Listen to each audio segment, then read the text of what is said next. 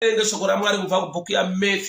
chapter 2, Matthew chapter 2, Matthew chapter 2, Matthew chapter 2. Makata bo shatala bo sharia mandele ketere bo shiaka rada bayandele bo shiaka dalabo satariyama menta barando le kedere bo shiakata. Matthew chapter 2, Matthew chapter 2, Matthew chapter 2 from verse 11. Matthew chapter 2 verse 11. Matthew chapter 2 verse 11. And the Bible reads, on coming to the house, they saw the child with his mother Mary, and they bowed down and worshipped him. Then they opened their treasures and presented with him gifts of gold and incense and myrrh. And having been warned in a dream not to go backward to Herod, they returned to their country by another route.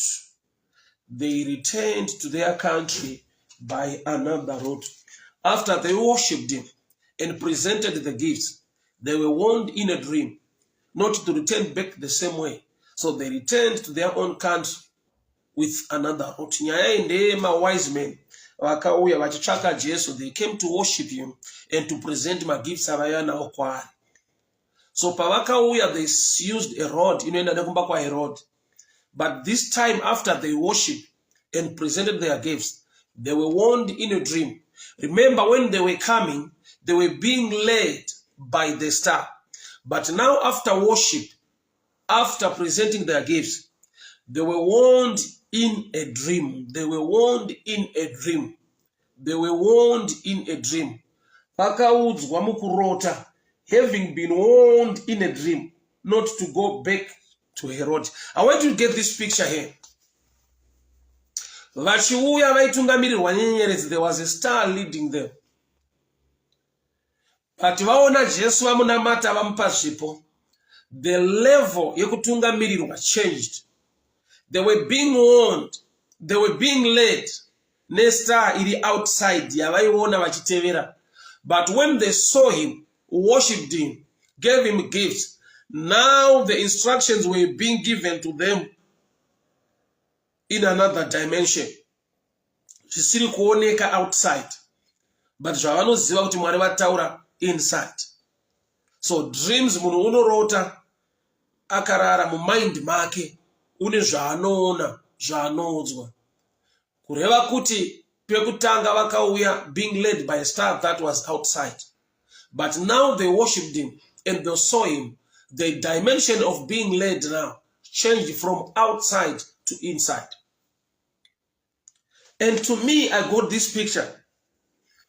If they were being warned in a dream, which means the star outside.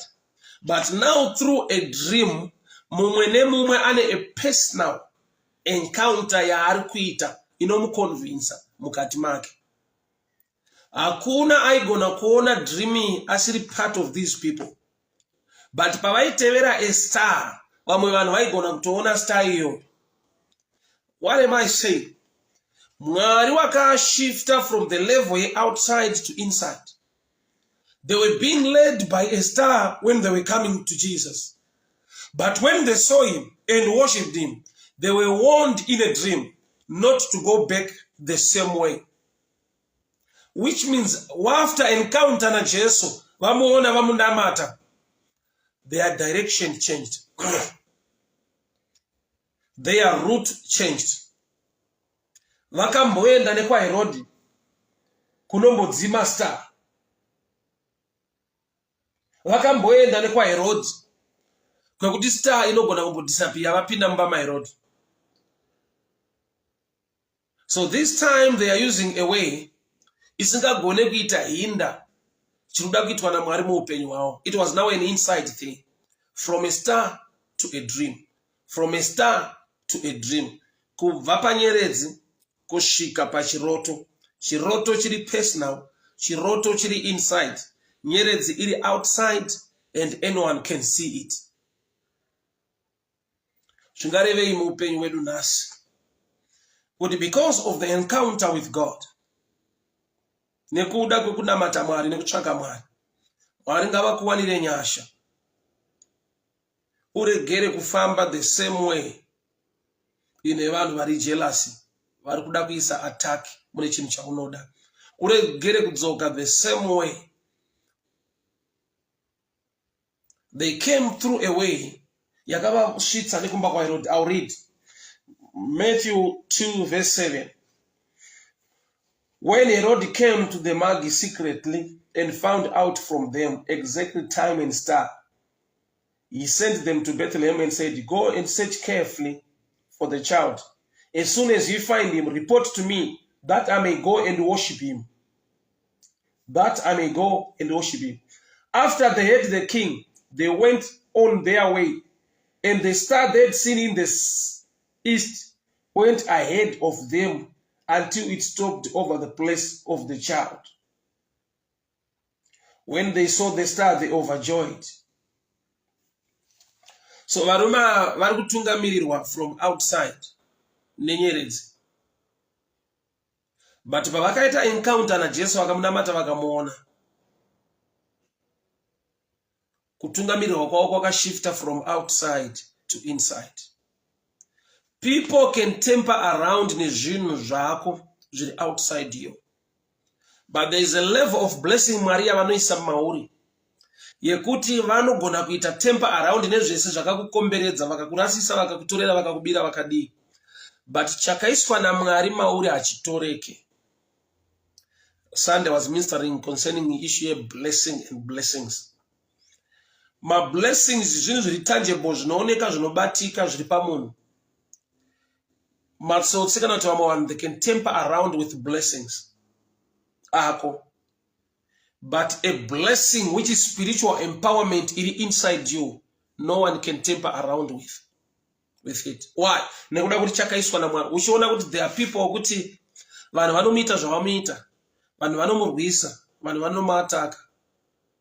But after some time, you can still bounce back and make things happen in life. Vanhu votoshamisika kuti but takamuita zvakati tikasiyana naye tikazodai, so vanhu vakamubira zvakati, vakamutorera zvakati, vakazodii, but he is still moving on, he is still bouncing back.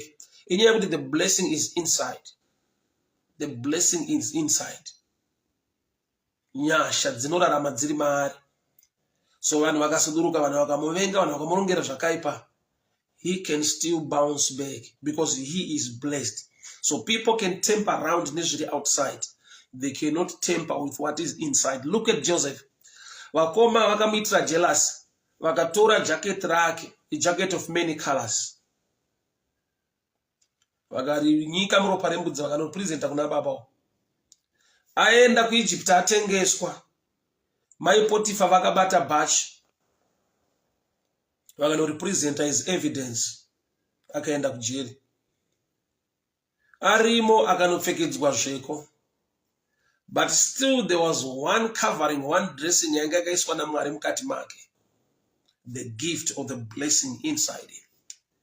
At the end, la Torah, ma colors, a jacket of many colors, akamanage kuenda kunoita mambo ku Egypt without that jacket. Why? Because he was blessed already inside. So people can temper around nezvinhu zvako. People can attack you. People can reject you. But one thing I know, ukaita encounter naMwari, nyasha dzaMwari dzikava pauri, there is an inside blessing that men cannot take away from you. Sorry, there is an inside blessing that men cannot take away from you. In order to say that inside blessing, Bible rati, pavakashika kuna Jesu, they worshipped him. Number one, you worship. Be a worshiper. Worship must be a lifestyle of a believer. Worship, created the atmosphere of God around your life. So they worshipped him and they presented their gift to him.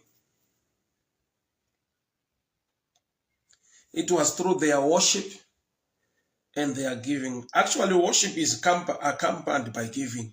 Giving must be a lifestyle of a believer. So they worshipped him and they presented their gifts and they were warned in a dream. A worshipper and a giver attracts another level of blessing from God. These men were coming to worship Jesus. Pavaiuya kuzomuwoshipa uye nekuupa zvipo. But vasati vaita, they were being led by a star. But pavakanomuwoshipa vakamupa, there was now a shift, a change. Yekuti the blessing was now inside. Kune kutaurwa navo kwavari kuitwa nedenga usingaonekwe nevamwe vanhu. Pekutanga vaitevera nyeredzi, but vamunamata vamupa zvipo. They were warned in a dream and they changed their route. Every route in my enemies are plot attacking your life. Every direction, every road in a van vasingafari kuti upenyu wako uende zvakanaka. Mwari ngaakubvise murodhi iyo. Vanhu ngavashamisike kuti taifungidzira kuti anopfuura nepano nekuda kwokuti nzira yatinoziva achishandisa. May God make another way. May the route be changed. Mwari ngaashandure nzira yaunofamba nayo. Vanhu kana vaifungidzira kuti uchabudirira nekuita izvi, ngavashamisike kuti wakazobudirira wasiya izvozvo nekuda kwokuti kune vanhu vakaseta a trap kuti paunoda kuita izvi tiripo nokuti uchada help kwatiri. Pane vanhu vakaseta a trap yekuti pese pauchada kuita chinhu ichi unofanirwa kuona ningi nokuti ndo vanozviziva, ndo vanokugadzirira nzira nekudii. May they be shocked kunzwa kuti munhu uye asvika kumba kwavo but haana kushandisa road yakajairika, road yemazuva ese. They changed their route. They changed their route. They changed their route. They were warned in a dream. They went back using another way. They were warned in a dream. They went back using another way. May God create a way. May your worship and your giving attract the voice of God to give you an instruction. Yekuti avoid kuenda nenzira dzawakagarirwa. The devil has already set an ambush against your life, against your business, against your family. But may God give you another direction. May the blessing and the favor of the Lord show you another route. They were warned in a dream not to go back to a road. They turned to their country by another road. So iri konzira yakuti unoona kuenda usina kufura nekumba kwa road. Tine vanhu vanofungidzira kuti ukasapfuura nekwavari. Tine vanhu vakatoisa a declaration kuti hakuna kwaanoenda wakasandinyengerera. Tine vanhu vakaisa a declaration kuti hakuna zvinoitika muupenyu hwake asina kuti consulta. There is God in heaven who makes a way where it seems to be no way. Mangwanana ano ndinonamata, mudikani ndinotaura nyasha. Sister Constance Shava Makadieni, God bless you. God bless you. Gertrude Mutizi, Florence Maningi. May God change direction. Mwari ngavachinje nzira dzaupenyu hwako.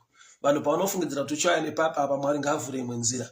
Vanhu pavanofungidzira kuti uchabudirira nekuita izvi Mwari ngaakupe zvimwe zvokuita. Vanhu pavanofungidzira kuti ukasauya pavari haugoni kusvika kwaunofanirwa kusvika. May God give you another route. They were warned in a dream to go back with another direction.